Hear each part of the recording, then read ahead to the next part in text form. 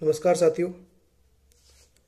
मैं कई बार फेसबुक पर और अपने वीडियो डालता रहता हूँ।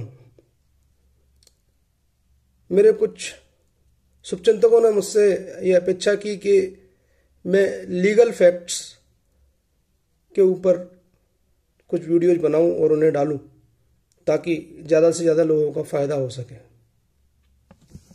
उसी क्रम में आज मैं पहली बार ये प्रयास कर रहा हूं कि किसी विधिक महत्व के विषय पर प्रकाश डाल सकूं।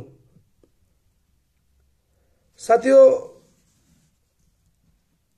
धारा 159 एविडेंस एक्ट, जो भी लॉ पढ़ चुके हैं वो सभी लोग जानते हैं कि मेमोरी रिफ्रेशिंग, स्मृति ताजी करने के बारे में उसमें प्रावधान किया गया है। 159 को लेकर कई सारी भ्रांतियां लोगों में प्रचलित हैं, जिसकी वजह से कई बार प्रोसिक्यूटर्स, न्यायालय और एडवोकेट्स के मध्य ध्रुव स्थिति निर्मित हो जाती है। क्योंकि कुछ लोगों का ये मानना है कि भैया मेमोरी रिफ्रेश केवल आईओ कर सकता है। कुछ एडवोकेट्स कई बार ये कहते हैं कि भाई मेमोरी केवल एक बार रिफ्रेश कर सकते हो, बार बार रिफ्रेश नहीं कर सकते। कुछ लोग ये कहते हैं कि भाई मेमोरी केवल केस डायरी देखकर रिफ्रेश की जा सकती है। तो तमाम प्रकार की भ्रांतियां इस विषय पर प्रचलित हैं। उसका कारण यह है कि धारा 159 को कई लोग गहराई से नहीं पढ़ते हैं। कोडिफाइड लॉ को ही एक बार अगर गहराई से पढ़ लिया जाए तो इन सभी समस्याओं का समाधान हो जाएगा। आप अगर एक बार 159 को पढ़ें तो 159 ये कहती है, जबकि कोई साक्षी परीक्षा के अधीन है, यानी वो एविडेंस दे रहा है अपनी, और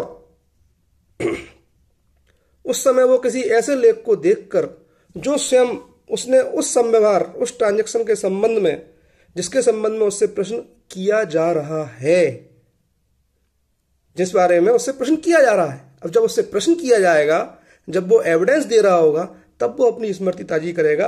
ये स्पष्ट एविडेंस एक्ट में लिखा हुआ है, साफ साफ लिखा है। या उस संव्यवहार के समय जब उसने उसको बनाया था, न्यायालय समझता है कि उस समय उसकी स्मृति में ताजा था, यानी उस समय उसकी स्मृति में ताजा था जब उसने बनाया था। आज जब वो 8 साल बाद आया है तो उस ताजा नहीं है, तो इसलिए वो उस रिकॉर्ड को देखकर अपनी मेमोरी रिफ्रेश कर सकेगा। अब कई लोगों को भैया ये भ्रांति रहती है कि मेमोरी रिफ्रेश केवल वही कर सकता है, आईओ ही कर सकता है, विवेचक कर सकता है, इन्वेस्टिगेशन ऑफिसर कर सकता है। लेकिन एविडेंस एक्ट में 159 सेक्शन में कहीं भी आईओ शब्द मेंशन नहीं है। स्पष्ट तौर पर उसमें साक्षी शब्द लेख है। साक्षी स्मृति ताजा कर सकता है, विटनेस। और साक्षी कोई भी हो सकता है जिसने वो दस्तावेज बनाया हो। एक डॉक्टर हो सकता है, एक दस्तावेज लेखक हो सकता है, या कोई लेटर लिखने वाला, कोई डायरी लिखने वाला हो सकता है, या कोई आईओ से इसी क्रम में कोई आईओ भी हो सकता है। IO is also witness, IO भी एक विटनेस है, तो वो 159 का यूज कर सकता है।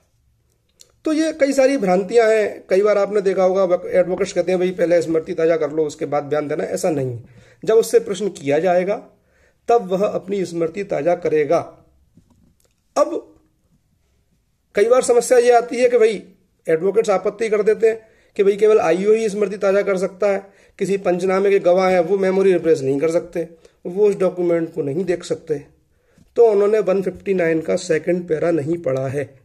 उनको 159 भारतीय साक्ष्य अधिनियम का सेकंड पैरा पढ़ लेना चाहिए, जो स्पष्ट कहता है कि साक्षी उपयुक्त प्रकार के किसी ऐसे लेख को भी देख सकेगा जो किसी अन्य व्यक्ति के द्वारा तैयार किया गया है और उस साक्षी द्वारा उस समय पढ़ा गया है। साफ लिखा है, तैयार किसी और ने किया, उसने पढ़ा, अपने हस्ताक्षर किए, वो भी देख सकता है। तो ये भ्रांति भी दूर कर लीजिए कि केवल जिसने डॉक्यूमेंट बनाया वही स्मृति ताजा करेगा। नहीं, जिसने बनाया वह भी कर सकता है, जिसने बनाते हुए देखा है वह भी कर सकता है।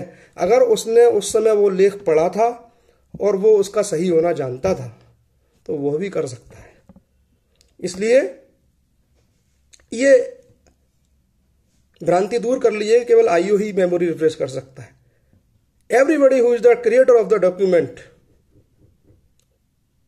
है ना, जो भी उसका क्रिएटर है वो अपनी मेमोरी रिफ्रेश कर सकता है।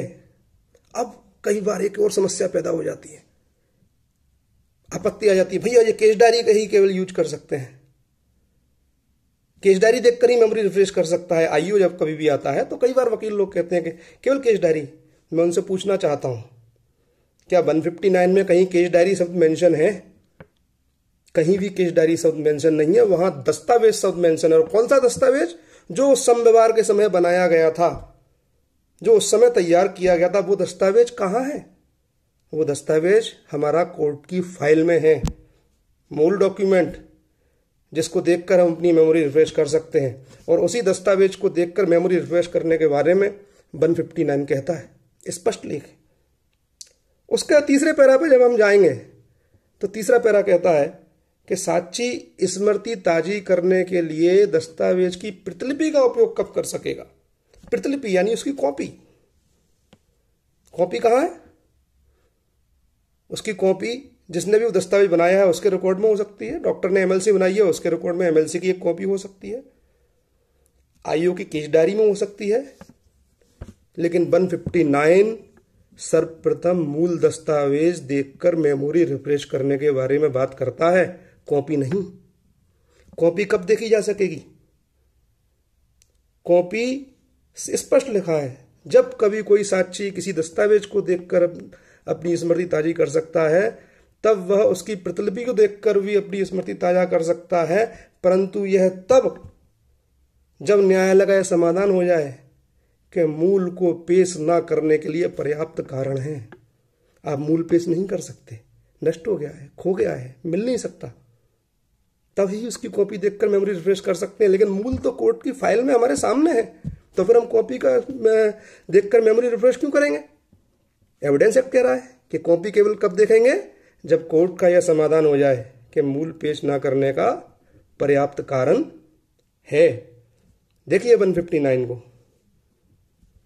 तो कोडिफाइड लॉ की स्पष्ट मंशा है कि जब उससे प्रश्न किया जाएगा, जब वो परीक्षा के अधीन है, तब अपनी मेमोरी रिफ्रेश कर सकता है। इसके बारे में माननीय सर्वोच्च न्यायालय का बहुत महत्वपूर्ण न्याय दृष्टांत है के यारप्पा रेड्डी वर्सेस कर्नाटक राज्य, जिसमें आयु शब्द का मेंशन है। माननीय सर्वोच्च न्यायालय ने स्पष्ट कहा है कि विवेचक प्रत्येक प्रश्न का उत्तर दस्तावेज देखने के पश्चात देगा।